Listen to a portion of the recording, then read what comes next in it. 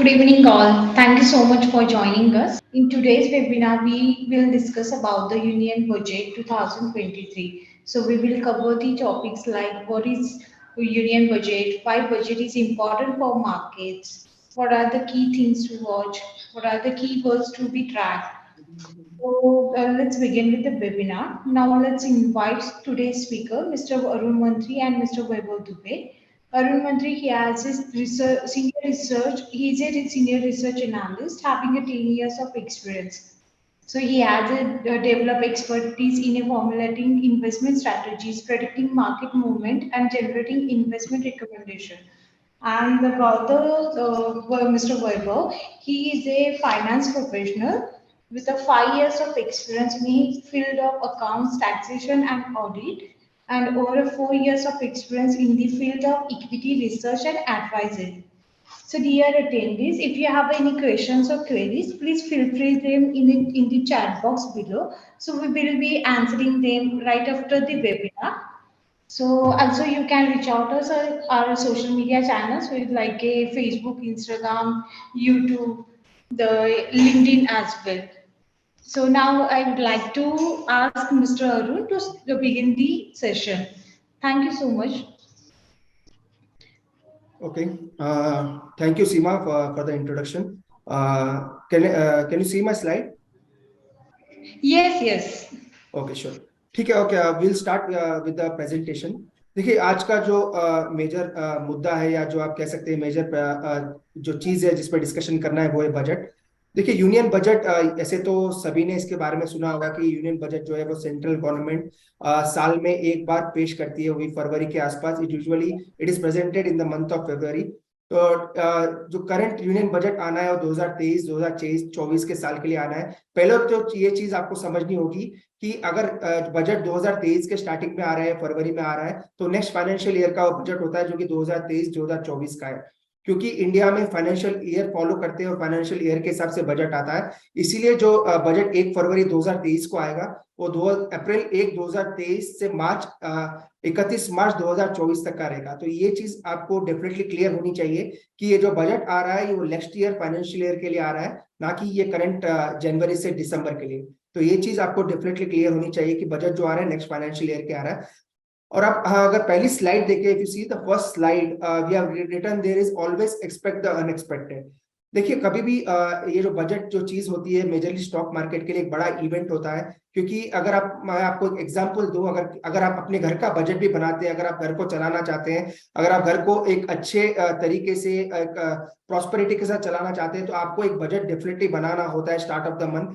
अगर आप salaried person है, अगर आप इवन आप बिजनेसमैन है, आपको अगर पूरा मंथ अपना घर को चलाना है तो एक बजट आप यूजुअली फर्स्ट या सेकंड को प्रिपेयर करते हैं. उसी तर्ज पे अगर एक सेंट्रल गवर्नमेंट को अपनी कंट्री को सुचारू रूप से चलाना है या एक प्रॉपर तरीके से डेवलपमेंट के राह पर या बरोबर सभी सेक्टर्स में एलोकेशन करना है, सभी जगह पैसे नियमित रूप से देना है, तो उनको भी एक बजट बनाना होता है एवरी ईयर कि कंट्री में कहाँ कितने पैसे लगेंगे, कौन से डेवलपमेंट प्रोजेक्ट में कितने पैसे लगेंगे, कौन से सेक्टर में कितने पैसे लगेंगे. सभी चीजें गवर्नमेंट को भी अपना फुल प्रूफ प्लान पार्लियामेंट में देना होता है. इसी चीज को हम बजट कहते हैं. ये यूनियन बजट इसीलिए कहा जाता है क्योंकि ये सेंट्रल गवर्नमेंट पेश करती है और यूनियन ऑफ स्टेट्स जो जितने भी स्टेट्स इंडिया में है सभी के लिए बजट एलोकेशन होता है. ये बजट एलोकेशन सेंट्रल गवर्नमेंट की तरफ से होता है, फाइनेंस मिनिस्टर ये करती है.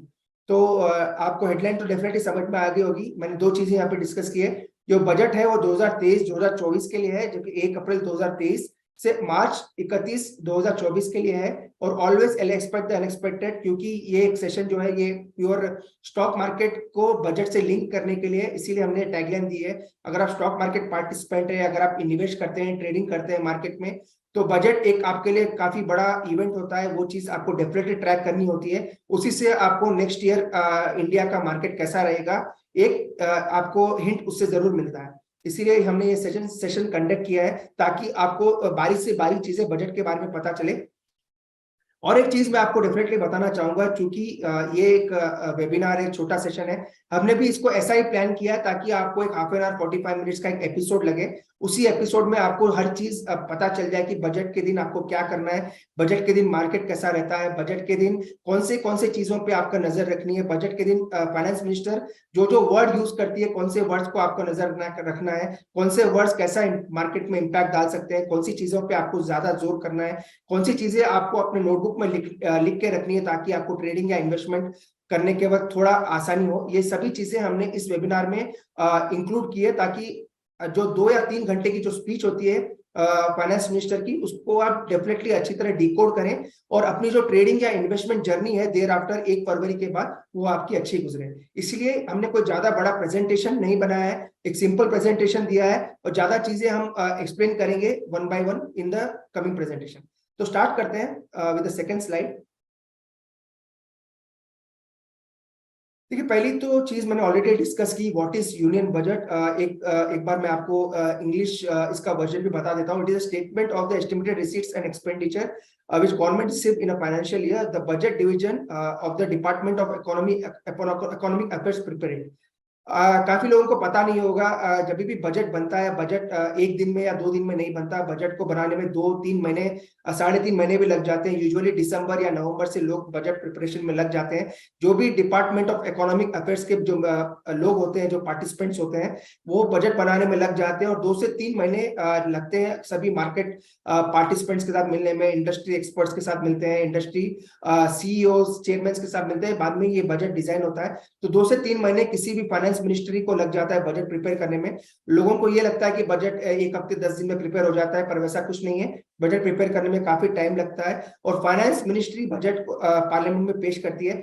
काफी लोगों को ये, अगर जो पुराने हैं मार्केट में, उनको ये ध्यान रहा होगा कि पहले जो होता था यूनियन बजट और रेल बजट अलग अलग आया करता था। रेल बजट अलग से रेलवे मिनिस्टर पेश करता था और यूनियन बजट जो है फाइनेंस मिनिस्टर पेश करती थी। पर जब से नई गवर्नमेंट 2014 के बाद आई है, दोनों ही रेलवे बजट और जनरल बजट दोनों ही एक में इंक्लूड हो गए हैं और एवरी ईयर ये जो बजट होता है 1 फरवरी के आसपास पार्लियामेंट में पेश किया जाता है। तो एक एज यूजुअल बजट होता है, जो कि हम बजट यूजुअली हम घर में बनाते हैं। एक्सपेंडिचर कितना हो रहा है, इनकम कितना हो रहा है, यही बजट फाइनेंस मिनिस्टर पार्लियामेंट में रीड करती है। तो एक सिंपल लेमन्स लैंग्वेज में ये कहा जा सकता है कि गवर्नमेंट को कहाँ कहाँ से रिसीट आना है, कहाँ कहाँ से इनकम आना है, और गवर्नमेंट जो इनकम आ रही है कहाँ कहाँ एक्सपेंड कर रही है। ये जो चीजें हैं ये इंडियन बजट में आपको दिखाई देती है। And why budget is important for market. देखिए, ये चीज काफी इंपॉर्टेंट है। अगर आप मार्केट पार्टिसिपेंट्स, अगर आप मार्केट में है, तो आपको डेफिनेटली बजट पे ध्यान देना चाहिए। क्योंकि अगर सिंपल अगेन मैं वही एग्जांपल यूज करूंगा, अगर आप घर चलाते हैं, अगर आप घर को प्रॉस्पेरिटी के साथ, ग्रोथ के साथ चलाना चाहते हैं, तो आपको बजट पहले प्रिपेयर करना होता है, ना कि 30 तारीख को। अगर आप 1 तारीख को बजट प्रिपेयर करेंगे तो आपका 30 तारीख तक का महीना काफी सिस्टमेटिकली जाएगा। अगर आप 30 तारीख को प्रिपेयर करेंगे तो उसका कोई यूज नहीं आएगा। इसलिए बजट काफी इंपॉर्टेंट होता है, क्योंकि मार्केट्स में काफी सेक्टर्स होते हैं, काफी कंपनीज होते हैं, डिफरेंट डिफरेंट सेक्टर्स में वो काम करते हैं, डिफरेंट डिफरेंट एलोकेशंस होते हैं। इसीलिए मार्केट की नजर बजट पे होती है कि कौन से सेक्टर को कितने पैसे मिलेंगे, कौन सा सेक्टर कितना अच्छा कर सकता है आने वाले 1 साल में, कौन से सेक्टर के ऊपर गवर्नमेंट का ज्यादा फोकस है, कौन से सेक्टर के ऊपर गवर्नमेंट ज्यादा अपने पैसे एलोकेशन कर रही है। सभी चीजें बजट में आपको नजर आती है। इसीलिए जो भी मार्केट में पार्टिसिपेंट्स होते हैं, जो भी मार्केट में daily day to day trade करते हैं या निवेश करते हैं, उनको बजट में काफी रुचि होती है और एक बड़ा डे होता है। जो नए पार्टिसिपेंट्स होंगे, जो यूजुअली मैंने देखा है 2019-20 के बाद, जब से कोरोना का पीरियड आया है, काफी लोगों ने मार्केट ज्वाइन किया है। इवन टीनेजर्स ने भी काफी मार्केट ज्वाइन किया है, काफी नए लोगों ने भी मार्केट ज्वाइन किया है। मेजरली उनकी रुचि होती है ऑप्शंस में ट्रेड करना, बैंक निफ्टी में ट्रेड करें, निफ्टी में ट्रेड करें। ज्यादा वो निवेश के तौर पर ध्यान नहीं देते। पर एक एक्सेलेंट अपॉर्चुनिटी है, अगर आप 1 फरवरी को आप सुबह 11 बजे से बजट शुरू होता है, एवरी टीनेजर, एवरी पर्सन जो मार्केट में है, उसको डेफिनेटली ये बजट देखना चाहिए। ये बजट नहीं, एवरी ईयर का बजट देखना चाहिए। उससे आपका नॉलेज शार्प होगा और आपको काफी चीजें उससे सीखने को मिलेगी। इसीलिए मेरी एक सलाह जरूर रहेगी, जो भी ये वेबिनार सुन रहा है, पहले तो चीज ये है कि आप बजट को जरूर देखें। चाहे आपको 80% चीजें समझ ना हो, पर जरूर देखें, जरूर चीजें उसमें नोट डाउन करें। क्या क्या चीजें आपको नोट डाउन करना है, क्या क्या वर्ड्स आपको नोट डाउन करना है, हम डिस्कस करेंगे आने वाले स्लाइड्स में। पर बजट को मिस ना करें। बजट को each and every minute budget का देखें, उसका मार्केट पे रिएक्शन देखें, पार्लियामेंट में रिएक्शन देखें, और कंट्री वाइड उसके जो रिव्यूज है वो क्या आ रहे हैं वो भी जरूर देखें। तो 1 फरवरी डेफिनेटली मिस नहीं करें और एफएम की जो स्पीच होती है उसको जरूर सुने। मार्केट के लिए काफी इंपॉर्टेंट होता है। अगेन मैंने कहा कि सेक्टर एलोकेशन होता है, कहाँ का गवर्नमेंट का पैसा जाएगा, वो काफी चीजें बजट में मालूम पड़ती है। इसीलिए मार्केट के लिए बजट एक बड़ा दिन होता है और पूरा दिन मार्केट काफी वोलेटाइल रहता है और सभी की नजरें फाइनेंस मिनिस्टर पे होती है। इसलिए ये स्लाइड में मैंने काफी कुछ लिख दिया है। The estimates funds that the finance minister announces to invest, spend, impact the country's fiscal deficit. This way the money supply, economy and interest rates are decided in India. Now मैंने already कहा 1 फरवरी को budget आना है, सुबह 11 बजे से budget speech शुरू हो जाती है। नॉर्थ ब्लॉक में ये बजट बनता है, आई थिंक सभी को पता है। जो फाइनेंस मिनिस्ट्री है वो नॉर्थ ब्लॉक में है, पार्लियामेंट में, वहां से बजट की फाइल जो यूजुअली जो नए रूप में आती है, रेड एक उसको क्या कहते हैं, रेड भई खाते में आजकल बजट आ रहा है, वो बजट लेके नॉर्थ ब्लॉक से फाइनेंस मिनिस्टर पार्लियामेंट में जाती है, वहां पे वो अपना बजट स्पीच शुरू करती है। नाउ जब भी बजट स्पीच शुरू होती है तो अगर आप स्टॉक मार्केट के पार्टिसिपेंट से अगर आप मार्केट में निवेश करते हैं तो आपको काफी चीजें उसका ध्यान रखना चाहिए। उनमें से काफी जो वर्ड्स है वो, उसमें कुछ वर्ड्स हमने इस स्लाइड में इंक्लूड किए हैं। टोटल टैक्स रेवेन्यू देखिए, करंटली 2022 का जो बजट था, 2022-23 के लिए जो बजट था, उसमें गवर्नमेंट ने एक्सपेक्ट किया था कि वो 27 लाख करोड़ का टैक्स रेवेन्यू जनरेट करेंगे।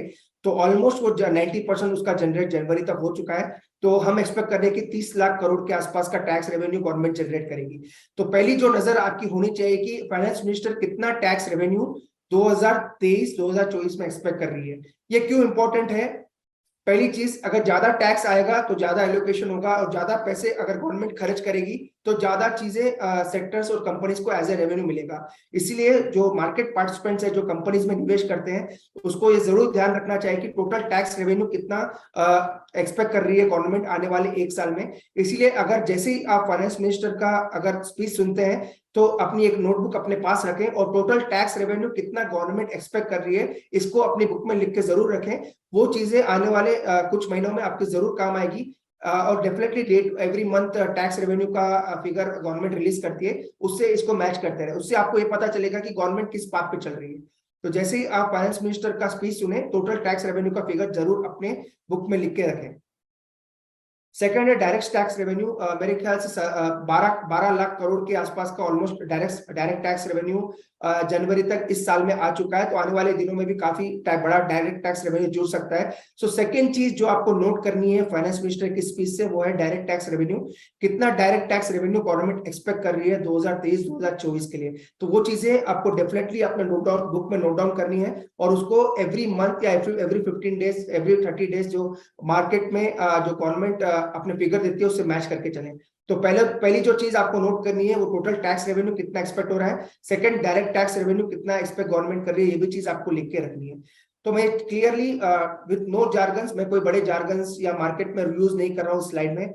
आपको क्या क्या चीजें फाइनेंस मिनिस्टर की स्पीच में सुननी है, क्या क्या चीजें लिख के रखनी है, क्या क्या हमारे एक्सपेक्टेशन है, यही चीज हमने इस स्लाइड में इंक्लूड की है। तो पहला चीज, जैसे ही 11 बजे आपका फाइनेंस मिनिस्टर की स्पीच शुरू हो, पहले टोटल टैक्स रेवेन्यू कितना आ रहा है वो आप नोट डाउन करके रखें, कितना एक्सपेक्ट कर रही है गवर्नमेंट। सेकंड, डायरेक्ट टैक्स से कितना आ रहा है वो भी नोट डाउन करके रखें। Third, indirect tax. जैसे ही सभी को पता है, अभी इनडायरेक्ट टैक्स का मतलब दो ही है, या तो जीएसटी या कस्टम्स और एक्साइज। जो कुछ चीजें जो एग्जेम्प्ट है जीएसटी के बाहर, वो चीजें आपको इंक्लूड करनी है। आई थिंक सभी को पता है अभी जो मंथली जीएसटी रेवेन्यू आ रहा है 1.4 से 1.5 लाख करोड़ के आसपास आ रहा है। ये जो रेवेन्यू था पहले 1 लाख करोड़ या 1 लाख करोड़ के नीचे हुआ करता था। तो क्लियरली ये पता चल रहा है कि जो टैक्स कलेक्शन है वो काफी बूस्ट है, मार्केट में काफी बड़ा टैक्स कलेक्शन आपको नजर आ रहा है। अगर आप 1.4 लाख करोड़ पर मंथ भी लेते हैं तो भी आपका जो 17 से 18 लाख करोड़ ऑलमोस्ट साल का जीएसटी के तरफ से आ रहा है। तो वो चीज भी आपको डेफिनेटली नोट करनी है कि गवर्नमेंट आने वाले दिनों में कितना टैक्स रेवेन्यू इनडायरेक्ट टैक्सेशन से या जीएसटी से एक्सपेक्ट कर रही है। अगर गवर्नमेंट अपना रेवेन्यू एस्टिमेट बढ़ाती है, इसका मतलब गवर्नमेंट इकोनॉमी पे काफी बुलिश है, काफी पॉजिटिव कमेंट्स उनके नजर आ रहे हैं। क्योंकि अगर टैक्स रेवेन्यू बढ़ता है तो क्लियर कट ये बता रहा है कि कंजम्पशन बढ़ेगा, काफी चीजें लोगों के टैक्स भरने की कैपेसिटी बढ़ेगी। तो ये थर्ड चीज आपको नोट करनी है कि इनडायरेक्ट टैक्स रेवेन्यू गवर्नमेंट कितना एक्सपेक्ट कर रही है। अगर गवर्नमेंट के एक्सपेक्टेशन कम हो रहे हैं, मतलब इंडिया के इकोनॉमी में स्लो डाउन आ रहा है। अगर गवर्नमेंट के एक्सपेक्टेशन बढ़ रहे हैं, इसका मतलब इंडिया की रेवेन्यू में या इंडिया की इकोनॉमी में काफी फास्टर ग्रोथ हो रही है। तो तीसरी चीज जो आपकी लिखनी है after total tax, indirect taxation and indirect taxation, ये 3 चीजें आपको डेफिनेटली नोट डाउन करके रखनी है। ये चीज काफी हेल्प करेगी, जैसे ही आपकी फाइनेंस मिनिस्टर की स्पीच खत्म हो जाएगी, काफी चीजें मार्केट इन 3 चीजों पर रिएक्ट करेगा। फिस्कल डेफिसिट, ये काफी इंपॉर्टेंट टर्म होता है, मैं आपको थोड़ा डिटेल में इसके बारे में समझाऊंगा। देखिए, फिस्कल डेफिसिट क्लियरली यही होता है कि कितना एक्सपेंडिचर गवर्नमेंट कर रही है और कितना इनकम गवर्नमेंट के पास है। सपोज मैं आपको एग्जांपल देता हूं, सपोज आपकी इनकम 5 लाख पर मंथ है, 5 लाख रुपए महीना अगर आप कमा रहे हैं, और अगर आपका एक्सपेंडिचर 7 लाख रुपए महीना है, मतलब आप डेफिसिट में जा रहे हैं और आपको 2 लाख करोड़ जो है वो बाहर से फंडिंग लानी पड़ेगी, या बाहर से कोई एक्सटर्नल लोन लेना पड़ेगा, या हैंड लोन लेना पड़ेगा, या किसी फ्रेंड या किसी रिलेटिव से लोन लेना पड़ेगा। सिमिलर स्ट्रक्चर गवर्नमेंट भी अपना स्टेटमेंट बनाती है, उसमें वो इनकम और एक्सपेंडिचर दोनों ही एक स्टेटमेंट में रिकॉर्ड करती है। जैसे कि आप अपनी इनकम रिकॉर्ड करोगे एज अ सैलरी और एज ए बिजनेस, और एक्सपेंड करोगे as other household expenses, वैसे ही गवर्नमेंट भी अपने इनकम को वन साइड लिखती है और एक्सपेंडिचर को दूसरे साइड लिखती है। अगर एक्सपेंडिचर इनकम से बढ़ जाते हैं उसको बोलते हैं फिस्कल डेफिसिट, और अगर इनकम एक्सपेंडिचर से बढ़ जाता है तो उसको बोलते हैं इनकम सरप्लस, और उसको कहते हैं फिस्कल सरप्लस। तो इसका मतलब क्लियर कट है कि इंडिया में अभी फिस्कल डेफिसिट है, क्योंकि जितना टैक्स आ रहा है उससे ज्यादा गवर्नमेंट एक्सपेंड कर रही है। वो क्यों कर रही है हम आने वाले स्लाइड में देखेंगे।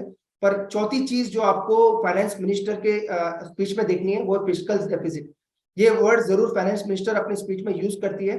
तो करंटली जो टारगेट है, जो फिस्कल डेफिसिट का लास्ट ईयर का टारगेट था, वो है 6.4% ऑफ जीडीपी। तो अगर उससे ज्यादा आता है करंट बजट में तो एक नेगेटिव रह सकता है, अगर उससे कम आता है तो काफी पॉजिटिव मान के चल सकते हैं। अगर 6.4 से कम आता है तो काफी पॉजिटिव रहेगा मार्केट के लिए, अगर 6.4 से ज्यादा रहता है तो काफी नेगेटिव रहेगा। तो चौथी चीज जो आपको क्लियरली वॉच करनी है वो फिस्कल डिफिसिट टारगेट्स है। करंट ईयर में तो डेफिनेटली गवर्नमेंट ने काफी अच्छा काम किया है, और 6.4% के नीचे ही करंटली फिस्कल डेफिसिट चल रहा है।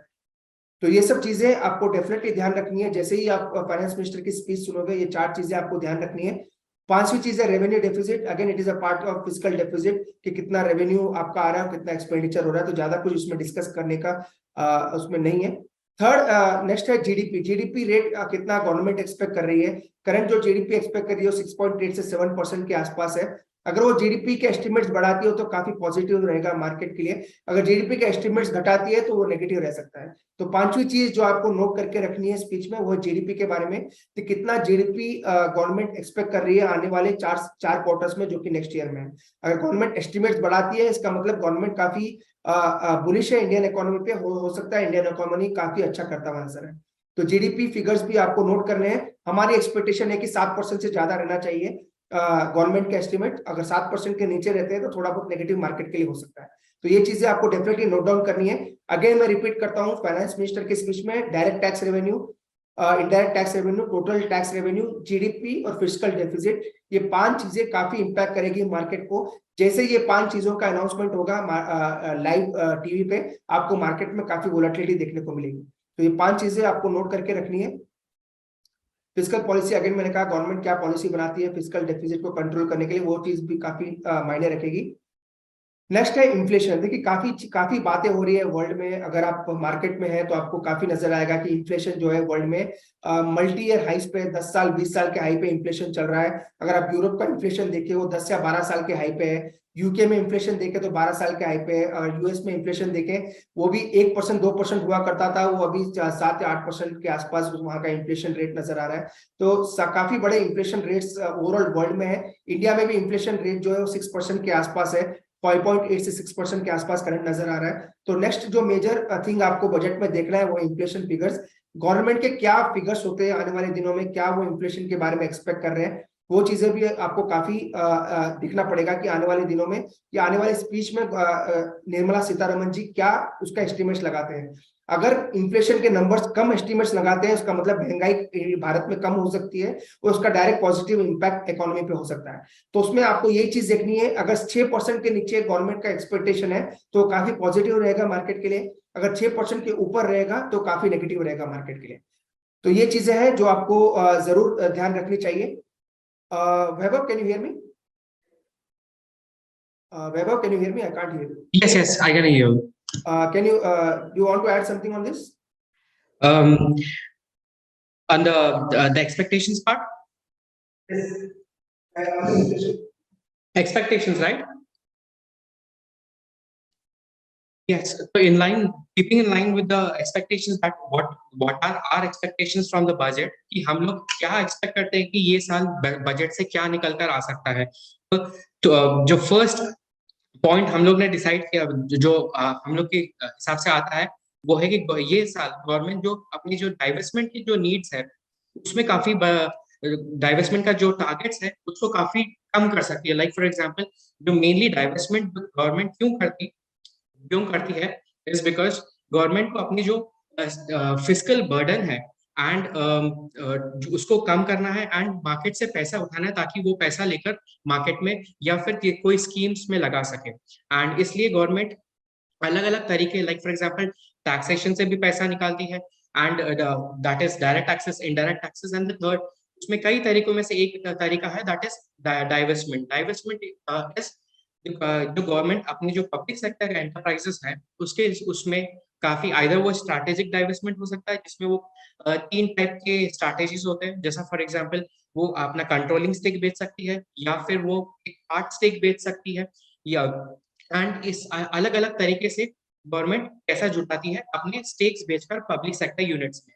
तो जो 2019 में जो रोड मैप फाइनेंस मिनिस्ट्री से हमें मिला था, दैट इज 23 पीएसयूज को डाइवर्समेंट का टारगेट रखा गया था, एंड 23 पीएसयूज को जो डाइवर्समेंट करके जो अमाउंट निकालने का टारगेट था, that was 2.1 lakh crore rupees from the divestment. But we have seen in the past 2 years ki every single year the target that the government had given for the divestment, they have reduced it in the first year, that is in 1920, and jo gaya saal mein they had set a target of that is 65,000 crores in the financial year 22-23, but this is the second year in a row that the government has not been able to meet their divestment targets. So that means कि the government ने जो अपने लिए target लगाया था 65,000 crores last budget में, कि वो लोग मार्केट की गवर्नमेंट मार्केट से अपना स्टेक बेचकर, लाइक फॉर एग्जांपल एलआईसी का आईपीओ था, जिससे जिससे government at least 1 lakh crore market से उसमें से उसका एलआईसी का शेयर बेचकर या फिर उसका आईपीओ लाकर मार्केट से इकट्ठा करना चाह रही थी, बट वो हो नहीं पाया क्योंकि काफी रुकावटें आ गई थी, जिसकी वजह से एलआईसी के आईपीओ में से गवर्नमेंट को सिर्फ बहुत कम अमाउंट मिला था, that is they could manage to raise only 31,000 crores out of, that is for the full year till now, versus the target of 65,000 crores. And this 31,000 crores includes the amount of, that is the proceeds of the IPO of the LIC and the share stake sale in ONGC and Air India as well. So that is the first our expectation from the budget this year would be a reduction in the divestment target. That is last year ka target था 65,000 crores, and we expect that government will reduce that target to at least 40 to 45,000 crores, primarily due to these reasons. One is because the market is not conducive for divestment right away. So that means the market में अभी जो जितने भी expression of interest BPCL हो गया and other companies के लिए जितने निकाले थे, तो उसमें जो गवर्नमेंट एक्सपेक्ट कर रही थी या जो वैल्यूएशंस गवर्नमेंट चाहती थी कि उनके कंपनीज के लिए मिले, बीपीसीएल और be it other companies like Shipping Corporation of India, वो उतना valuations अभी गवर्नमेंट को वो valuations अभी मिल नहीं रहे, तो that would be the one reason that one primary reason that government will reduce its divestment का जितना भी जो वो रहेगा target for this year. Because even now, if we keep in mind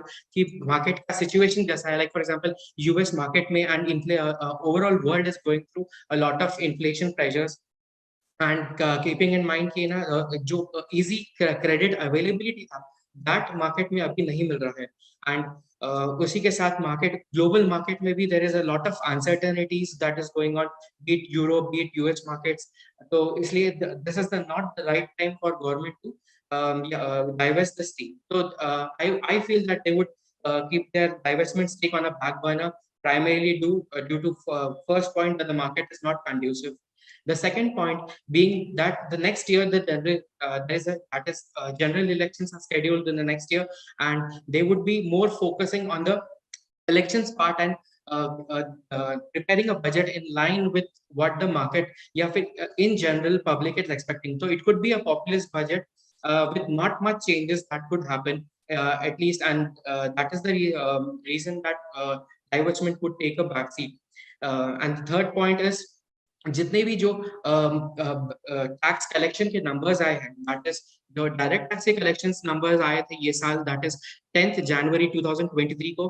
तो if we see for this 9-month period, तो जो direct tax collections आया, that is up approx 25% if we compare it to the same period last year. तो overall if we see जो main rationale था government का was to collect that amount and spend it on other things. So when the direct tax collections and the indirect tax collections are already on a higher note, so and keeping in mind this thing that the market is not conducive, so this thing we could say that ये जो divestment का वो है, this could take a backseat. And the next thing that we could expect from the government is related to taxation. So currently corporate taxation, तो corporate taxation अभी currently जो companies को tax लगता है वो चार, that is tax rate for domestic companies, ये लगता है 4 रेट्स के अंदर. वो है first 15% under section 115 BAB, 22% under section 115 BAA, 25% and 30%. These are the tax rate. 25% and 30% is a regular tax rate for the normal companies, and 15 and 22% ये जो tax rate है, this is the special tax rate that is being given for the new companies. And especially like for example ये 2019 के budget में introduce हुआ था, जो कि था 15% of tax rate for the companies which get registered on or after 1st October of 2019 and which are primarily engaged in manufacturing. तो इसका जो लास्ट डेट था was 31st March 2023 कि इसके बाद ये जो बेनिफिट ऑफ ये जो रेड्यूस टैक्स रेट था ये अवेल नहीं कर सकते थे. But in the last year we could see that this the deadline of this concessional tax rate was increased to 31st March 2023, and this year and in this budget we feel that it would be extended for furthermore 1 year, that is इसका deadline बढ़ाकर 31st March 2025 तक करने के काफी higher probabilities है. And the next thing would be on the LTCG front. If we see there is a lot of rumor that is going on in the market कि LTCG के rates, that is long term capital gains on equities के rates या फिर STT securities transaction के rates के साथ government कुछ वो चेंजेस कर सकती है. लाइक फॉर एग्जांपल करंटली अभी इक्विटीज जो है वो 15% पे टैक्स होते हैं, एंड इसका टेन्योर है after that is holding period should be more than 12 months, तभी वो LTCG के लिए वो होते हैं, एप्लीकेबल होते हैं. तो इसमें काफी एसेट्स है जो जैसे फॉर एग्जांपल इक्विटीज है 12 मंथ्स के लिए है, फिर थोड़े एसेट्स है जो प्रॉपर्टीज होते हैं वो 24 मंथ्स के लिए है, डेट 36 मंथ्स तक जाता है. तो इसमें काफी कंफ्यूजन हो रहा है मार्केट पार्टिसिपेंट्स को कि एक different asset class have different holding periods and different tax rates under the LTCG act. So the market is expecting some rationalization कि long term capital gains except equities को 24 months को एक standard rate बनाया जा सके कि 24 month और 36 months को हटाकर एक ही होल्डिंग पीरियड रखे, that is 24 months, and instead of taxing it at different rates, तो except the equities part, equity part को 10% पे ही रखे and rest of the assets को 20% पर मार्केट लेके आ सके या फिर 20% टैक्स रेट पर रैशनलाइज कर सके. And this was the second thing that is LTCG का है. On the personal tax front, we expect that is if we see the maximum marginal rate that the government या फिर the tax rate जो लगता है personal individuals पर, वो जाता है on the higher side जाता है 42.744%, तो 42.744%, so which is very high compared to the global tax rate. So we could see कि ना marginal reduction in this tax rate कि ना ये जो tax rate है 42% का highest slab है 42.7% का, इसको restrict करके जो इसको या फिर इसको थोड़ा सा कम करके इसको है ना 35.88% पर लाने के, ये भी एक one of the rumors that is going on in the market, and we feel that 42%, 42.7% on a tax rate for for individuals having an income of more than 5 crores is a very on a very higher on a higher trajectory, and on a very if you say unfair in one way, if you could say कि 42% tax लग जाता है. If this could be rationalized to 35%, so that would be a very good step that would be taken by the government. And if you see, there are various other things, various other measures that the government could take. That is, expectations are that extension of PLI scheme, जो अभी तक अपन ने क्या देखा था, इस divestment के अंदर हमारे क्या एक्सपेक्टेशंस थे, टैक्सेशन में क्या एक्सपेक्टेशंस थे, टैक्सेशन वो भी on a personal front end taxation on a corporate front, and third was an LTCG का कैपिटल गेन्स के अंदर क्या क्या चेंजेस हो सकते हैं.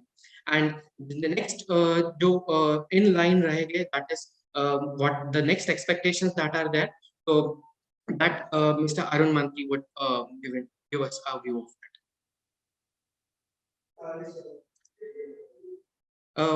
Arun, could you just yes. देखिए, एक चीज जो वैभव ने एक्सप्लेन की, मैं अगेन एक बार हिंदी में आपको समझा देता हूँ. देखिए, जब भी हम बजट बनाते हैं, बजट पहले तो हम इनफ्लोज देखते हैं कि अपने अकाउंट में कितने पैसे आए हैं और कितना हमको एक्सपेंड करना है. सपोज अगर हमारा एक्सपेंडिचर ज्यादा हो रहा है, हमको ज्यादा एक्सपेंडिचर लग रहा है कि ज्यादा पैसा लग सकता है इस महीने, हम यूजुअली, या इस साल हमको ज्यादा पैसा लगता है, हम यूजुअली यही करते हैं, जो अपने पास जो एसेट्स होते हैं, जैसे कि कार होता है या कोई गाड़ी होती है या कोई जमीन होती है या कोई फ्लैट होता है, हम यूजुअली उसको बेचने के लिए ट्राई करते हैं. अगर हमारे एक्सपेंसेस बढ़ जाते हैं, अगर हमको उन एक्सपेंसेस को फंड करना है, तो हम वैसे ये ट्राई करते हैं कि अपने जो एसेट्स है, जो अच्छा एसेट्स है, जिनकी वैल्यू अच्छी आ रही है, हम उसको बेचने की ट्राई करते हैं. सिमिलर तौर पर गवर्नमेंट भी यही करती है.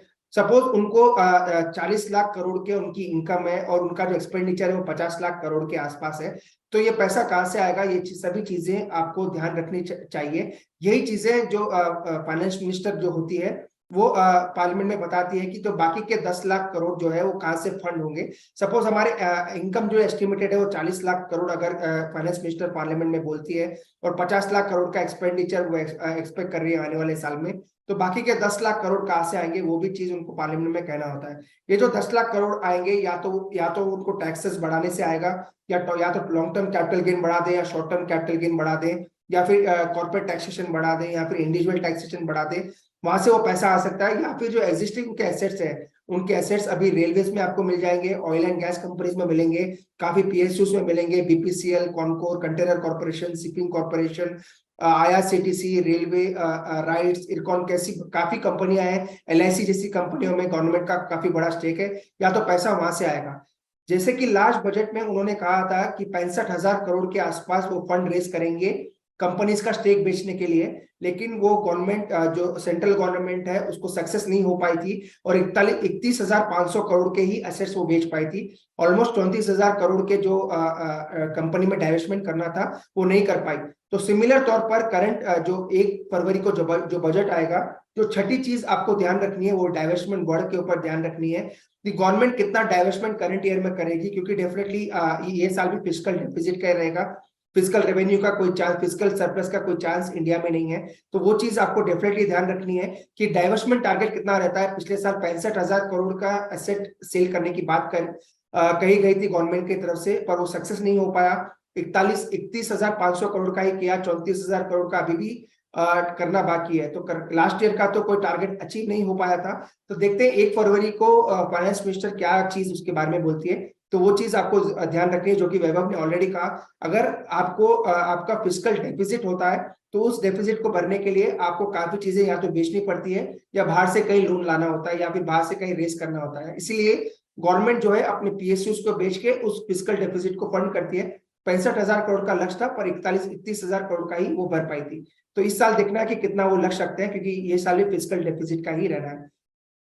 सेकेंड चीज जो आपको देखनी है वो स्पेंडिंग ऑन रेलवेज. देखिए, एक चीज काफी चेंज हुई है. अगर आपने पिछले 8 या 10 साल में देखा होगा, काफी ऑर्डर्स जो आ रहे हैं वो डिफेंस में आ रहे हैं, रेलवेज में आ रहे हैं. रेलवेज के काफी नए कोचेस बन रहे हैं, नए नए तरीके के कोचेस आपको नजर आ जाएंगे। अगर आप किसी भी रेलवे स्टेशन पे जाएं तो नए तरह के कोचेस आपको देखने को मिलेंगे, पुराने तरह के कोचेस आपको देखने को नहीं मिलते हैं। अगर आप डिफेंस में भी ले लें तो काफी बड़े इंडियन मेड मिसाइल्स भी आपको प्रदर्शनी में नजर आ जाएंगे। रिसेंटली अगर कल आपने रिपब्लिक डे की परेड देखी होगी, वहां पे भी आपको काफी तरह के मिसाइल्स, काफी तरह के आधुनिक इक्विपमेंट्स जो कि ऑटोमेटिक इक्विपमेंट्स आपको देखने को मिले हैं। तो वो चीजें जरूर आपको बजट में ध्यान रखनी चाहिए कि spending on railway, spending on जल मिशन जो कि वाटर सप्लाई का मिशन है, स्पेंडिंग ऑन डिफेंस कितना होता है, ये सब चीजें आपको ध्यान रखनी है। हमारी एक्सपेक्टेशन यही है कि गवर्नमेंट का ज्यादा focus railway, infrastructure, defence, road सब पे रहेगा। तो व्हाट आर योर एक्सपेक्टेशंस के अंदर अंडर अंडर द हेड हमने ये डाला है कि रेलवेज में स्पेंडिंग बढ़ सकती है, जल जीवन मिशन में स्पेंडिंग बढ़ सकती है, डिफेंस में स्पेंडिंग बढ़ सकती है, रोड में स्पेंडिंग बढ़ सकती है, इंफ्रास्ट्रक्चर प्रोडक्ट्स में स्पेंडिंग बढ़ सकती है, ब्रिजेस में स्पेंडिंग बढ़ सकती है। तो ऐसी कंपनीज जो इन सब सेक्टर्स में है उस पर आपको ध्यान रखना है। जैसे ही एलोकेशन बढ़ता है वही वो ऐसे स्टॉक्स, ऐसी कंपनीज मार्केट में काफी अच्छा करेंगी। तो पहला जो एक्सपेक्टेशन था हमारा वो है extension of PLI scheme. PLI scheme definitely sectors में एक्सटेंड हो सकती है। सेकंड जो एक्सपेक्टेशन हमारा है वो स्पेंडिंग रेलवे, जल जीवन मिशन पे बढ़ सकता है। तो ये चीजें आपको बजट स्पीच में जरूर ध्यान में रखनी है। Third, changes in capital gains limit. हमें कोई बड़ा चेंज होता हुआ नजर नहीं आ रहा। एक चीज मैं आपको बता दूं, 15,000 करोड़ के आसपास का कैपिटल गेन टैक्स गवर्नमेंट को आता है एवरी ईयर कैपिटल गेन्स की तरफ से। अगर वो थोड़ा बहुत चेंज भी कर देते हैं तो 18,000 20,000 करोड़ तक जाएगा। तो ज्यादा कोई बड़ा डिफरेंस होता हुआ मुझे नजर नहीं आ रहा। पर अगर वो चेंज हो जाता है तो बड़ा सेल ऑफ मार्केट में आ सकता है। तो इसीलिए हमारी कोई एक्सपेक्टेशन नहीं है कि कैपिटल गेन्स टैक्स में कोई चेंज होगा। हो सकता है एसटीटी में थोड़ा चेंज हो सकता है, पर उसकी भी मुझे लग रहा है लिमिटेशन कम है। तो कोई चेंज हम कैपिटल गेन्स टैक्स में फिलहाल हमें नजर नहीं आ रहा है। तो ये हमारी थर्ड एक्सपेक्टेशन है कि कैपिटल गेन्स टैक्स में कोई राइज या फॉल का एक्सपेक्टेशन नहीं है। तो कोई चीजें बदलाव इसमें नहीं होनी चाहिए। ऑलरेडी मैंने इस चीज के बारे में डिस्कस किया, increase allocation for defence sector. Defence पे गवर्नमेंट का काफी फोकस है। पिछले 7-8 साल में आपने क्लियरली देखा होगा डिफेंस स्टॉक, जो डिफेंस कंपनीज लिस्टेड है उनमें किस तरह का परफॉर्मेंस आपको देखने को मिला। यही चीज आपको आने वाले दिनों में भी देखने को मिल सकती है। तो डिफेंस कंपनीज आपके रेडार पे होने चाहिए। और जब आप पेन और पेपर लेके डिफेंस फाइनेंस मिनिस्टर की स्पीच सुनने बैठे तो डिफेंस में कितना एलोकेशन हो रहा है, कितना उन्होंने बढ़ाया, डेफिनेटली नोट डाउन करके रखें कि वो चीज आने वाले दिनों में आपको इन्वेस्टिंग में जरूर आपको मदद कर सकती है। तो नेक्स्ट चीज जो आपको नोट डाउन करनी है वो है डिफेंस सेक्टर के बारे में। डिफेंस में कितना एलोकेशन गवर्नमेंट बढ़ाई है, ये चीज आपको डेफिनेटली नोट करके रखना है। कॉर्पोरेट टैक्स चेंज, मुझे नहीं लग रहा कोई चेंजेस हो गए कॉर्पोरेट टैक्स में, क्योंकि ऑलरेडी पिछले 2 या 3 साल से continuous reduction in corporate tax कर रही है गवर्नमेंट। 25% के नीचे लाने का उनका लक्ष्य है। तो कोई बड़ा चेंजेस मुझे नहीं लग रहा कि कॉर्पोरेट टैक्स में आपको देखने को मिलेगा। तो इससे कोई बड़ी एक्सपेक्टेशन फिलहाल मेरी नहीं है। मुझे नहीं लग रहा कोई बड़ा कॉर्पोरेट टैक्स में कोई चेंज हो सकता है। तो नेक्स्ट जो एक्सपेक्टेशन है कि कोई कॉर्पोरेट टैक्स में चेंज नहीं होगा। हो सकता है ये स्टैंड स्टिल रहे और जैसा है वैसे ही चलता है। What are our expectation on divestment target? Again मैंने पहले ऑलरेडी ये डिस्कस वैभव ने किया है कि डाइवर्समेंट में कोई चेंजेस होते हैं वो बड़ा ट्रिगर हो सकता है। पिछले साल 65,000 करोड़ का एसेट सेल गवर्नमेंट को करना था पर वो सक्सेस नहीं हो पाया। पर इस साल कितना एसेट सेल वो करते हैं वो काफी इंपॉर्टेंट रहेगा, क्योंकि जितना ज्यादा वो एसेट सेल करेंगे उतना ज्यादा फिस्कल डेफिसिट नीचे आएगा। तो वो चीज पे काफी आपको ध्यान देना है कि कितना वो एसेट सेल करते हैं। तो नेक्स्ट चीज जो आपको अपने पेपर बुक में नोट करनी है वो डाइवर्समेंट टारगेट। 65,000 करोड़ से ज्यादा डाइवर्समेंट का टारगेट अगर वो रखते हैं और रोड मैप दिखाते हैं कि कैसा उसको अचीव करेंगे तो काफी पॉजिटिव रहेगा। तो नेक्स्ट चीज जो हमारी एक्सपेक्टेशन है कि डाइवर्समेंट टारगेट बढ़ सकते हैं या एज इट इज रह सकते हैं, वो चीज आपको फाइनेंस मिनिस्टर की स्पीच पर जरूर अपने नोट डाउन में रखना चाहिए। तो ऑलमोस्ट मैंने 7 चीजें ऑलरेडी बता दी है। अगेन मैं रिपीट करता हूँ, टोटल टैक्स कलेक्शन आपको नोट करके रखना है, गवर्नमेंट कितना एक्सपेक्ट कर रही है। डायरेक्ट टैक्स कलेक्शन आपको नोट करके रखना है। इनडायरेक्ट टैक्स कलेक्शन आपको नोट करके रखना है। जीडीपी एस्टिमेट्स आपको नोट करना है। इन्फ्लेशन नंबर्स आपको नोट करना है। डाइवर्समेंट टारगेट्स अगेन आपको नोट करना पड़ेगा। सेकंड, पीएलआई स्कीम्स कौन से सेक्टर्स में आ रही है वो आपको नोट करना है। कॉर्पोरेट टैक्सेशन पे कुछ चेंजेस हुए हैं या कैपिटल गेन्स पे कुछ चेंजेस हैं, वो चीजें आपको नोट करके रखनी है। हमारी एक्सपेक्टेशन ऑलरेडी मैंने बता दी, हमारी कोई बड़ी एक्सपेक्टेशन नहीं है कि कॉर्पोरेट टैक्स में कोई चेंज होगा या कैपिटल गेन्स टैक्स में कोई चेंज होगा। अगर वो होता है तो काफी नेगेटिव हो सकता है मार्केट के लिए। तो ये चीज आपको जरूर ध्यान रखनी है। अगर कोई चेंज कॉर्पोरेट टैक्स में होता है, अगर कोई चेंज कैपिटल गेन्स टैक्स पे होता है, अगर कोई चेंज एसटीटी पे होता है तो वो नेगेटिव हो सकता है मार्केट के लिए, क्योंकि मार्केट नहीं चाहता कि कोई भी एग्जिस्टिंग टैक्सेस में कोई चेंजेस हो। अगर चेंजेस होते हैं तो मार्केट में अगेन सेल ऑफ आ सकता है। तो ये सब चीजें आपको डेफिनेटली नोट करके रखनी चाहिए। एंड नेक्स्ट जो एक्सपेक्टेशन है, tax breaks on renewable and green energy. देखिए हाइड्रोजन और ग्रीन एनर्जी पे गवर्नमेंट का काफी फोकस है, तो हमारी एक्सपेक्टेशन क्लियर है कि इस सेक्टर को काफी बूस्ट मिल सकता है और ज्यादा एलोकेशन इस सेक्टर में आपको देखने को मिल सकता है। तो नेक्स्ट मेजर जो हमारी एक्सपेक्टेशन है वो रिन्यूएबल और ग्रीन एनर्जी में है, वहां पे ज्यादा एलोकेशन आपको देखने को मिल सकता है। तो इस सेक्टर पर भी आपको क्लियर कट रेडार पे रखना है। अगर एलोकेशन बढ़ती है तो जो कंपनी इस सेक्टर्स में, जैसे एनटीपीसी, रिलायंस और ऐसी जो कंपनी है जो ग्रीन हाइड्रोजन के बिजनेस में, वहां पे आपको जरूर ध्यान रखना चाहिए। अगर एलोकेशन बढ़ता है तो वहां पे काफी पॉजिटिव ट्रिगर्स आपको देखने को मिल सकता है। Again last dose of populism. देखिए पॉपुलिज्म का मतलब क्या होता है कि 2024 में जनरल इलेक्शंस है। 2024 के, जैसे कि मैंने ऑलरेडी पहले भी कहा था कि 2024 का जो बजट आएगा वो आधा बजट आएगा या आंशिक बजट आएगा, पूरा बजट आपको इलेक्शन के बाद ही देखने को मिलता है। तो जो भी गवर्नमेंट को स्कीम्स देना है या वेलफेयर स्कीम्स बताना है, या तो 2023 के बजट में दे दें या 2023 के बजट और 2024 के बजट के बीच में दे दें। इसलिए एक पॉपुलिस्ट बजट होने की थोड़ी आशंका है। अगर पॉपुलिस्ट बजट नहीं होता है तो मुझे लग रहा है वो काफी पॉजिटिव रहेगा मार्केट के लिए, क्योंकि गवर्नमेंट, क्योंकि मार्केट नहीं चाहता कि आप हर चीज फ्री में दें, हर चीज वेलफेयर स्कीम फ्री में चलाएं। आप ज्यादा चीजें कैपेक्स में लगाएं, ना कि ज्यादा वेलफेयर स्कीम्स में लगाएं। इसीलिए अगर पॉपुलिस्ट बजट नहीं होता है तो मार्केट के लिए काफी पॉजिटिव रहेगा। ये हमारी नेक्स्ट एक्सपेक्टेशन है कि ये जो करंट बजट रहेगा वो पॉपुलिस्ट नहीं होना चाहिए, क्योंकि गवर्नमेंट का पिछले 8 साल का जो ट्रैक रिकॉर्ड है, उन्होंने कौन सा भी बजट पॉपुलिस्ट बजट नहीं दिया है। उनका जो क्लियर कट फोकस रहा है वो ग्रोथ के ऊपर रहा है। तो ये बजट भी हो सकता है ग्रोथ के ऊपर आपको नजर आए और काफी बड़े अनाउंसमेंट आपको कैपेक्स में नजर आए। देखिए काफी चीजें आप कैपेक्स के बारे में सुनते होंगे। कैपेक्स यूजुअली टीवी पे भी ये वर्ड आपको देखने को मिलता है, बैलेंस शीट्स में देखने को मिलता है, कॉर्पोरेट्स इस बारे में बात करते हैं। पर कैपेक्स होता क्या है? कैपेक्स का मतलब होता है कैपिटल एक्सपेंडिचर। जो एक्सपेंडिचर आप नेक्स्ट 4 या 5 साल या 10 साल के लिए कर रहे हो, जिससे आपकी बिजनेस में ग्रोथ हो, आपकी कैपेसिटी यूटिलाइजेशन में ग्रोथ हो या आपके डेवलपमेंट में ग्रोथ हो, उसको जनरल वे में कहते हैं कैपेक्स, कैपिटल एक्सपेंडिचर।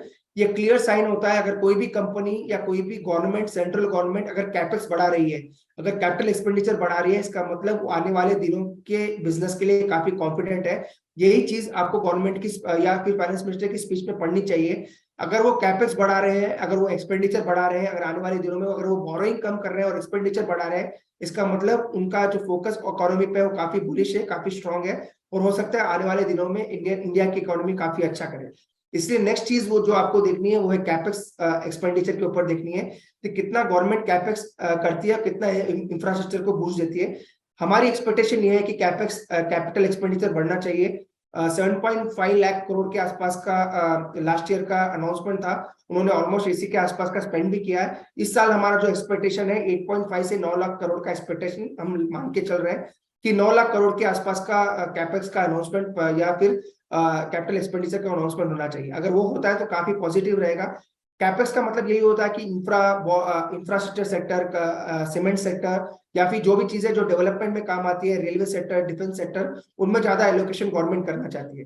तो ये चीज अभी आपको नोट करनी है कि कैपिटल एक्सपेंडिचर कितना गवर्नमेंट बढ़ा रही है और कितने पैसे वो कैपिटल एक्सपेंडिचर में डालना चाहती है। वो चीज भी आपको डेफिनेटली अपने नोटबुक में लिखना चाहिए।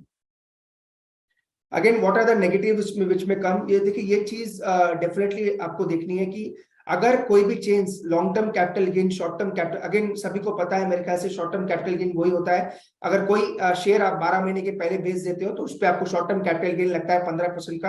अगर आप 1 साल के ऊपर बेचते हो तो कुछ मिनिमम अमाउंट के बाद आपको LTCG भी देना पड़ता है।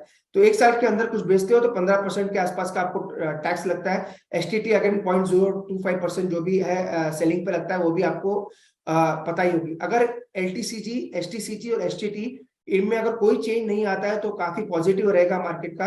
हमारा एक्सपेक्टेशन भी यही है कि कोई बड़ा चेंज आना नहीं चाहिए।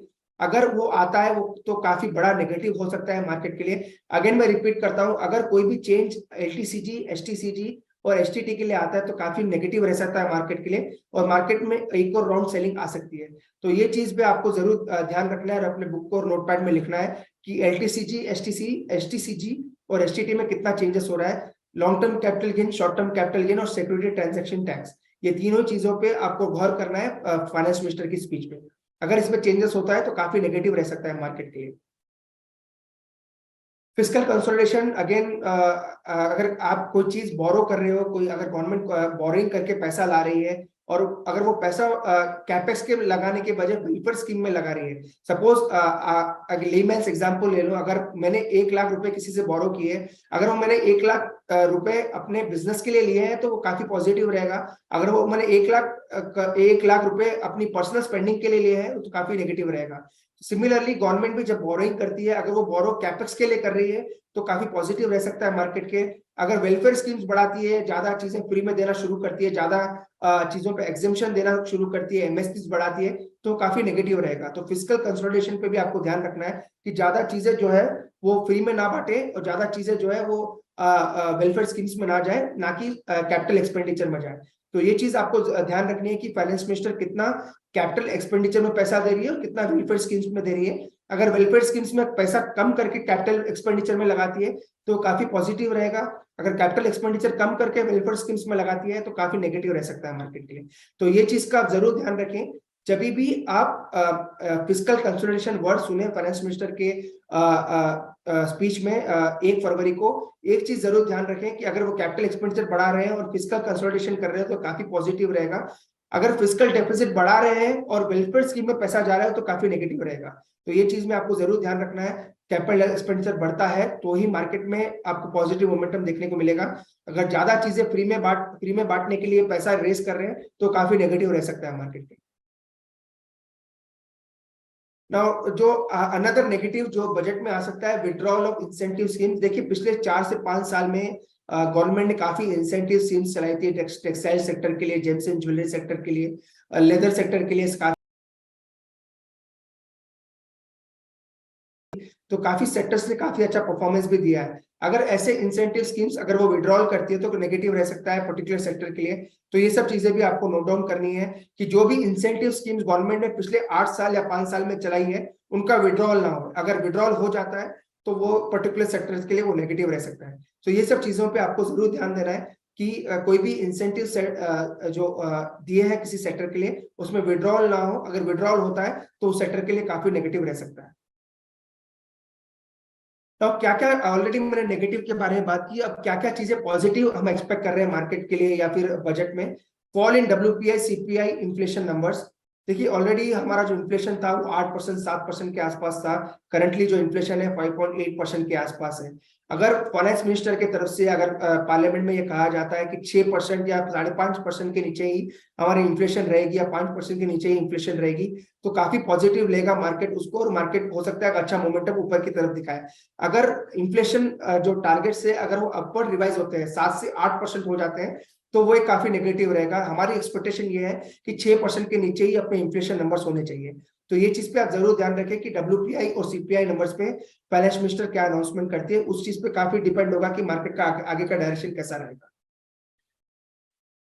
जीडीपी एस्टिमेट्स 7% के आसपास का, 6.8 से 7% का ब्रॉड एस्टिमेट है। हमारा भी एस्टिमेट उसी के आसपास है। अगर गवर्नमेंट उससे ज्यादा रिवीजन करती है, ऊपर 7.5 8 या 9% के आसपास जाती है तो पॉजिटिव रह सकता है मार्केट के लिए। तो भाई कोई बड़ा एक्सपेक्टेशन हमारी तरफ से जीडीपी रिवीजन में नहीं है। 7 से 7.5% का ही मुझे लग रहा है रहना चाहिए। अगर 7.5 के ऊपर रहता तो काफी पॉजिटिव रह सकता है, और 6% के नीचे रहता है तो काफी नेगेटिव रहेगा। तो पॉजिटिव यही है कि जीडीपी एस्टिमेट्स ऊपर हो सकते हैं। एक चीज मैं आपको जरूर बताना चाहूंगा, इस बजट में अभी आज जो इंडिया की पोजीशन है वर्ल्ड में वो काफी स्वीट स्पॉट में है।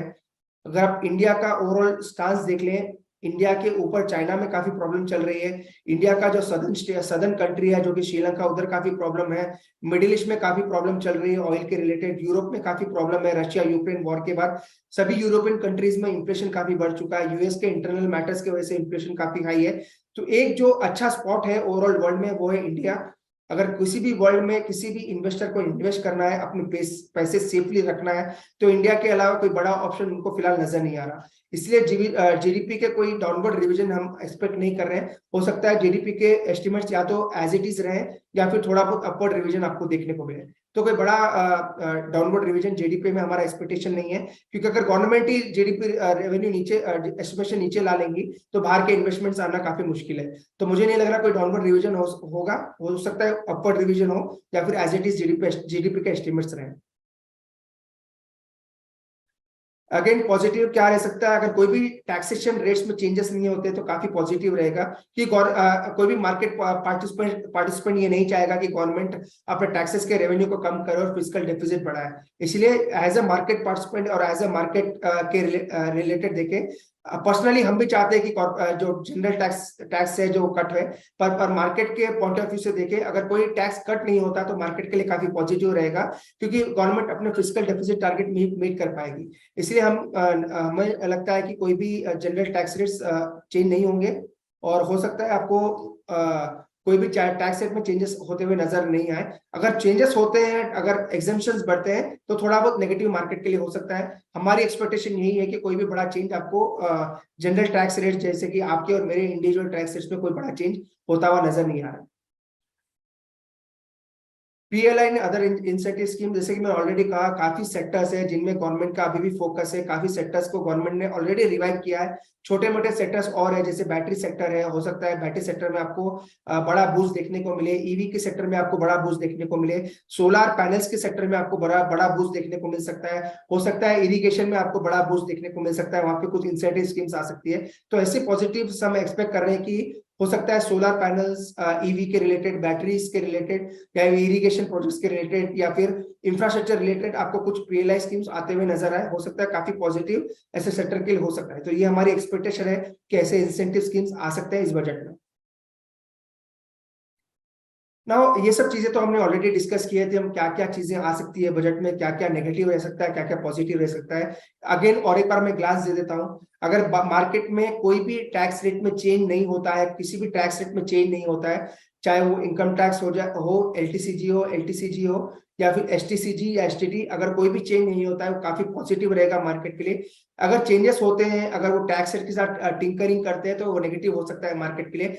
सेकंड, फिजिकल डेफिसिट टारगेट अगर वो बढ़ाते हैं, अगर ग्रोथ ओरिएंटेड बजट लाते हैं और कैपेसिटी यूटिलाइजेशन या कैपेक्स बढ़ाते हैं और फिजिकल डेफिसिट फिर भी बढ़ता है तो काफी पॉजिटिव रह सकता है।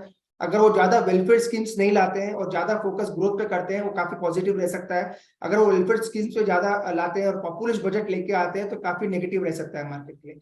तो ब्रॉडली हमारा यही एक्सपेक्टेशन है कि ये जो बजट रहेगा ग्रोथ ओरिएंटेड रहेगा, का ज्यादा कोई पॉपुलिस्ट बजट नहीं आना चाहिए और ज्यादा कुछ changes income tax slab rates में नहीं होना चाहिए। अगर वो चेंजेस होते हैं तो नेगेटिव रहेगा, अगर नहीं होते हैं तो पॉजिटिव रहेगा मार्केट के लिए। Clearly market point of view से मैं बात कर रहा हूँ, इंडिविजुअल पॉइंट ऑफ व्यू से बात नहीं कर रहा हूँ कि मार्केट कैसा रिएक्ट कर सकता है अगर ये सब अनाउंसमेंट्स आते हैं। तो अगर आप ओवरऑल क्रक्स देखें तो दो तरह से मार्केट रिएक्ट कर सकता है, या तो डॉविश या हॉकिश, या तो कंप्लीटली डाउनवर्ड जाएगा, कंप्लीटली अपवर्ड जाएगा। तो यूजुअली हिस्ट्री ये बताती है कि मार्केट जिस दिन बजट होता है उस दिन वन साइड डायरेक्शन मार्केट में आपको देखने को मिलता है।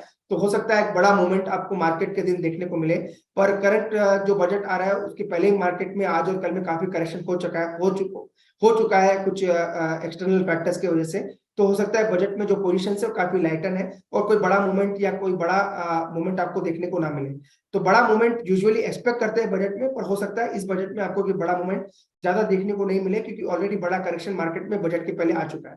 तो दो तरह के डायरेक्शन है, या तो स्टीप मूव ऊपर होता है या एकदम स्टीप मूव नीचे होता है। पर ये जो बजट रहेगा तो हो सकता है आपको कोई बड़ा मूवमेंट देखने को ना मिले अनटिल एंड अनलेस कोई बड़ा नेगेटिव अनाउंसमेंट आ जाए। वॉच हिस्ट्री सेज, देखिए हिस्ट्री तो ये बताती है कि बड़े मूवमेंट्स होते हैं बजट के दिन। एक डायरेक्शन फॉर्म होता है मार्केट में उस बजट के बाद, या तो क्लियरली ऊपर का डायरेक्शन फॉर्म होता है, क्लियरली नीचे का डायरेक्शन फॉर्म होता है। बजट के नेक्स्ट डे से मार्केट अपना ट्रेंड पकड़ लेता है, वो चीज आपको देखने को मिलती है। Third, gives clear view of the market, जैसे मैं ऑलरेडी कहा, जब तक बजट नहीं आता एक अनिश्चितता बड़ी रहती है कि बजट में क्या आएगा, बजट में क्या हो सकता है। जैसे ही बजट आ जाता है तो नेक्स्ट डे से आपको मार्केट में क्लियर ट्रेंड नजर आता है, या तो वो अपवर्ड का ट्रेंड पकड़ेगा या क्लियर कट डाउनवर्ड का ट्रेंड पकड़ेगा। कोई साइडवेज ट्रेंड आपको यूजुअली हिस्ट्री में देखने को नहीं मिलता। तो हिस्ट्री के हिसाब से बजट के बाद मार्केट में एक ट्रेंड बना रहता है, एक सुपर ट्रेंड भी आप कह सकते हैं कि या तो ऊपर की तरफ फास्टली मूव करेगा या नीचे की तरफ फास्टली मूव करेगा। एक कंसोलिडेशन का दौर आपको देखने को नहीं मिलता। ये सब चीजें आपको इस बजट में एक्सपेक्ट करनी है।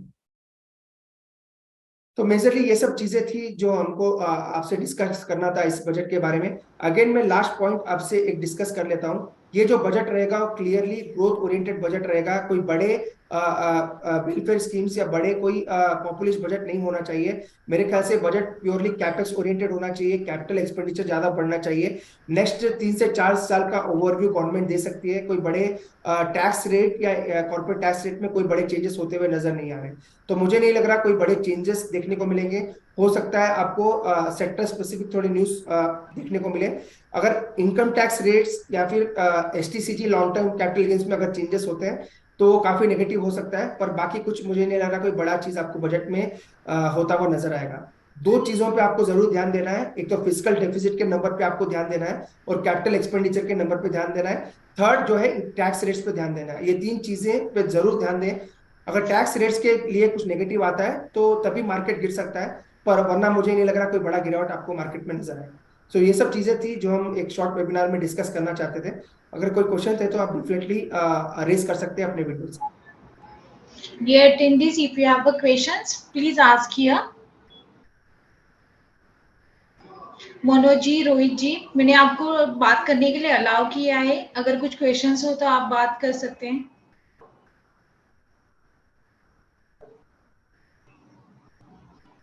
What you are expecting on the infrastructure companies, because as the election is coming near and more orientation will be towards the infrastructure, because if you see on the towards the infrastructure in terms of the road construction or some kind of that, so is it really good for holding 1 to 2 years for infrastructure companies? Yeah, Rohit, definitely it is very good. Again, I will give one example also. If you go and search the numbers of the toll collection of the highways, you will see there is a 50 to 60% surge in the toll collection on the roads. So definitely government is focusing clearly on the infrastructure sector, roads, and especially on railways and airports. All the 3 ways of transportation they are focusing on, and roadways पे उनका ज्यादा focus रहेगा क्योंकि वहां पे ज्यादा उनको काम करना है। रेलवेज पे काफी काम हो चुका है, काफी तेजी से चल रहा है। एयरपोर्ट्स पे भी अपना काम काफी तेजी से चल रहा है, पर रोडवेज और हाईवेज और हो सकता है ब्रिजेस, जो कि मल्टी लेवल ब्रिजेस जो बनते हैं गांव से गांव कनेक्ट करने के लिए, जो विलेज से विलेज कनेक्ट करते हैं, वो भी उन पे भी काफी फोकस रहेगा। तो डेफिनेटली जैसे कि आपने कहा, इंफ्रा पे मेजर बूस्ट रहना है। अगर गवर्नमेंट को कैपिटल एक्सपेंडिचर करना है, पैसे खर्च करना है, तो पहला जो सेक्टर रहेगा वो इंफ्रास्ट्रक्चर का ही रहेगा। इंफ्रास्ट्रक्चर के अंदर काफी सेक्टर्स आते हैं, डिफेंस आता है, रोड्स आते हैं, एयरपोर्ट्स आते हैं, अगर आप ले लें रेलवेज आते हैं। सभी सेक्टर में आपको एलोकेशन देखने को मिल सकता है। हमारी एक्सपेक्टेशन ज्यादा है कि रोडवेज में ज्यादा एलोकेशन देखने को मिलेगा। डिफेंस में ऑलरेडी उनका बड़ा बड़ा बड़ा एलोकेशन ऑलरेडी है, तो हो सकता है डिफेंस, रोड्स और रेलवेज, ये तीनों ही सेक्टर में उनका बड़ा एलोकेशन देखने को मिले, क्योंकि ये इस एलोकेशन से एम्प्लॉयमेंट भी बढ़ता है और एम्प्लॉयमेंट जनरेशन भी होता है। तो गवर्नमेंट का फोकस एम्प्लॉयमेंट जनरेशन के लिए भी है, इसीलिए मुझे लग रहा है रोडवेज, डिफेंस और रेलवेज, ये तीनों में ही काफी बड़ा एलोकेशन इस बजट में होना चाहिए। And if you permit, I would like to add one more subset of this sector, that is the logistic companies. तो आप infrastructure plainly infrastructure companies के साथ साथ logistic companies पे भी focus कर सकते हैं, जिसके अंदर काफी अभी लॉजिस्टिक सेक्टर अगर आप देखा जाए तो लास्ट एक 1.5 साल में लॉजिस्टिक सेक्टर में काफी ग्रोथ हुआ है।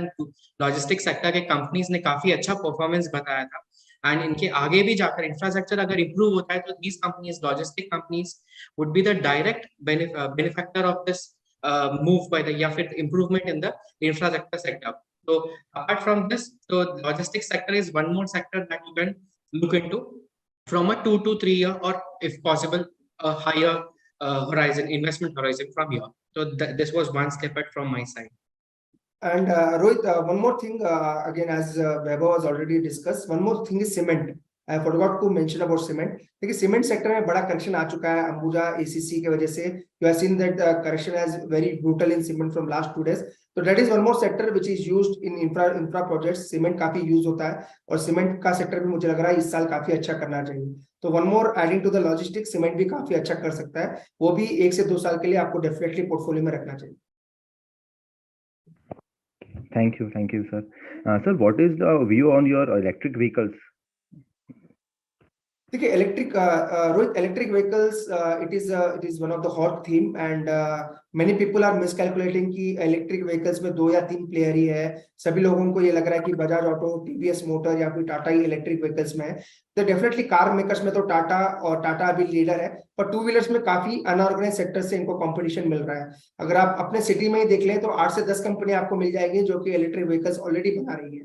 तो एक बड़ा हॉट सेक्टर है, बड़ा कंपटीशन आने वाले दिनों में रह सकता है। जो कंपनी ज्यादा से ज्यादा सेक्टर में अपना मार्केट शेयर गेन कर पाएगी, मुझे लग रहा है वो कंपनी काफी अच्छा करेगी। तो अगर आप इलेक्ट्रिक व्हीकल्स थीम को प्ले करना चाहते हैं तो 2 तरीके से आप प्ले करें। एक तो आप बैटरी मेकर्स के थ्रू प्ले करें, जो बैटरी मेकर्स इलेक्ट्रिक व्हीकल्स को देते हैं, जैसे एक्साइड, अमर राजा, ये दोनों ही कंपनीज में से काफी अच्छे नजर आती है। इवन काबरा एक्सट्रूशंस करके एक कंपनी है जो कि मिड कैप में है, वो थोड़ी चल चुकी है, वो भी मुझे काफी पसंद है। तो बैटरी मेकर के थ्रू आप प्ले करके चल सकते हैं। फ्रंट लाइन में टाटा मोटर्स और मारुति 4 व्हीलर में आप प्ले करके चल सकते हैं। 2 व्हीलर में आप डेफिनेटली बजाज और टीवीएस, ये दोनों को भी अपने पोर्टफोलियो में रखें। तो 4 से 5 कंपनी है, काफी अच्छा कर सकती है। ऐसा ना हो कि आप क्लियर कट ये व्यू रखें कि ईवी सेक्टर काफी बूम कर जाएगा तो रिटर्न्स काफी हाई बनेंगे। आने वाले दिनों में बड़ा कट थ्रोट कंपटीशन भी रहेगा, इसलिए ये क्लियर कट ध्यान रखें कि कौन सी कंपनी इस सेक्टर में अच्छा कर रही है, उसी कंपनी को अपने पोर्टफोलियो में रखें। क्योंकि 2023, 2024 में आप देख लीजिएगा, काफी बड़ा कंपटीशन आपको सेक्टर में देखने को मिलेगा।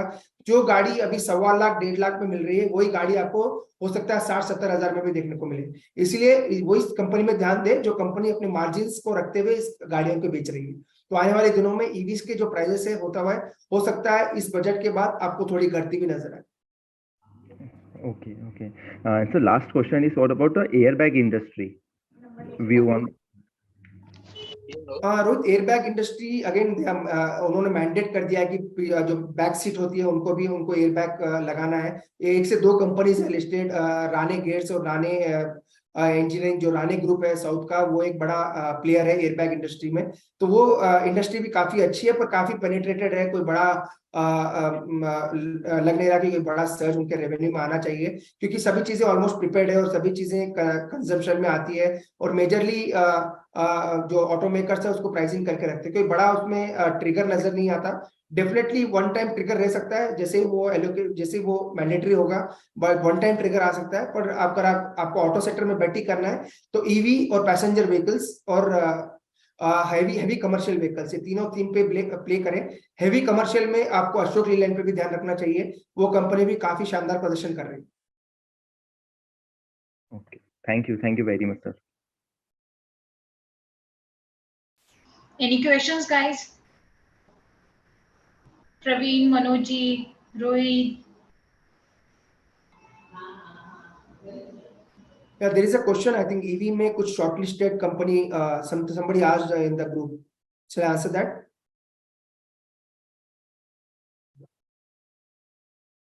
Seema, can you hear me? Yes. There is a question regarding that EV. They want some stocks on EV. Again, EV में मैंने already कहा 4 companies, 4 companies are there which are good. In 2 wheelers, Bajaj Auto and TVS Motor are leading currently. In 4 wheelers, EV cars, Tata Motors and next will be Maruti. So Tata Motors and Maruti still it has not launched, but still Vitara is doing well. तो Maruti पे भी आप bet करके चल सकते हैं. And EV, you can focus on batteries as well. Exide is one of the leader. तो Exide को भी आप अपने पोर्टफोलियो में रख सकते हैं.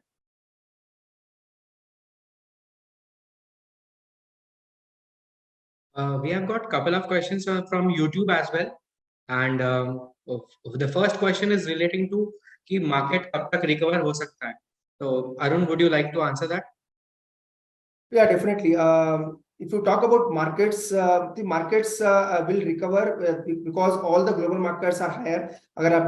If you see the last 2 days trends, all the global markets are trading at day as high, but our markets are trading at day low because of the only one event, which is Adani fiasco. अगर Adani की news नहीं होती, I don't know what are the triggers behind Adani news, and I don't know what will be the further action on Adani Group and on the stocks. But clearly, the sentiment is bullish all over the globe. So once the budget is done or once the budget is over, I think market will again pick up the direction. As far as Nifty is concerned, 17,500 to 17,300, these are good supports for the market. If somebody want to really invest in the equities in Indian market, These are the very good juicy levels, 17,500 to 17,300. These are very much catchy levels for every investor. So अगर आप नए investor है, अगर आपका existing investment भी है market में, तो 17,500 17,300 के आसपास के लेवल्स का ध्यान रखें। करंट लेवल पे भी आप इन्वेस्ट कर सकते हैं, 17,600 के आसपास की क्लोजिंग है, और 200-300 पॉइंट भी अगर निफ्टी गिरता है तो वो एक अच्छा लेवल हो सकता है आपको बाइंग के लिए। मुझे लग रहा है अगर मार्केट में रिवर्सल आता है, एक बार अदानी की न्यूज अगर डाइजेस्ट हो जाती है मार्केट में, तो वापस एक बड़ा रिवर्सल अडानी ग्रुप में भी आ सकता है, इवन मार्केट में भी आ सकता है। नो डाउट अडानी पे हमारी कोई निवेश की या बाइंग की राय नहीं रही है, ना ही हम यूजुअली देते भी हैं, पर ओवरऑल मार्केट पे हमारी राय बुलिश है, और हो सकता है बजट या बजट के बाद मार्केट वापस आपको ऊपर का डायरेक्शन दिखता हुआ नजर आए। इसलिए अच्छा करेक्शन आ चुका है, और बजट के बाद मुझे लग रहा है या बजट के दिन से मार्केट अच्छा रहना चाहिए। Okay, Praveen have one question, which is any stocks on energy? See energy, I already told, green energy या ग्रीन हाइड्रोजन एनर्जी जो है उस पे गवर्नमेंट का काफी फोकस है। The focus of the government is very high on green hydrogen energy, and there are few companies which are doing well in that. In energy, one should focus on Reliance, and second is NTPC. These two stocks I really like in the green hydrogen energy space. Third is you can go for power, in the power sector also, which is a part of energy sector. Tata Power also you can look it for investment perspective. The result is due on 1st और 2nd of Feb. मेरे ख्याल से result काफी अच्छा रहना चाहिए, अगर नहीं भी रहता है तो बड़ा करेक्शन नहीं आना चाहिए। तो 3 स्टॉक्स में ऑलरेडी डिस्कस कर चुका हूं, NTPC, Reliance and Tata Power. I think these 3 stocks will do well in the energy space. Okay, thanks so much. Partha, I have one question. Today's falling market regarding Adani news will have what impact on budgets? देखिए, there will be no impact on budget because of Adani, but there will be less impact of any negatives on the budget because markets are already corrected. Usually we don't see movement markets going down before the budget. Usually we see pre-budget rally on the higher side, but this is the first time after many years the markets are falling lower ahead of the budget. That means many people, many positions have been squared off, many positions have been exited because there is a huge fall in the prices. So when we are going into the budget with very lighter position, with very less positions from the market participants, so we don't expect any negativities due to Adani into the budget, but definitely markets are lightened. So if there is no negative in the budget, markets can bounce back sharply. So only exception is there should be no changes in the tax rates. If there is some changes in the tax rates in LTCG, STT or STCG, then only markets can fall. If there is no changes in the tax rates, I think markets will recover very sharply. And the second exception is Adani. Again, if something negative comes from the Adani, that will be a second exception. But I don't think these two things will more exemplate from current levels. So slowly you can start acclimating the stocks, and post budget, I think market should do well. Any question, guys? Okay, I believe there is no such more questions, so we should end this session now. If you have questions any regarding the union budget or any stock market, you can follow us on our Instagram, Facebook, YouTube, Twitter channel, as well as you can contact with us on our support@bigul.co, and you can contact on our contact number, which is 804-502-5533.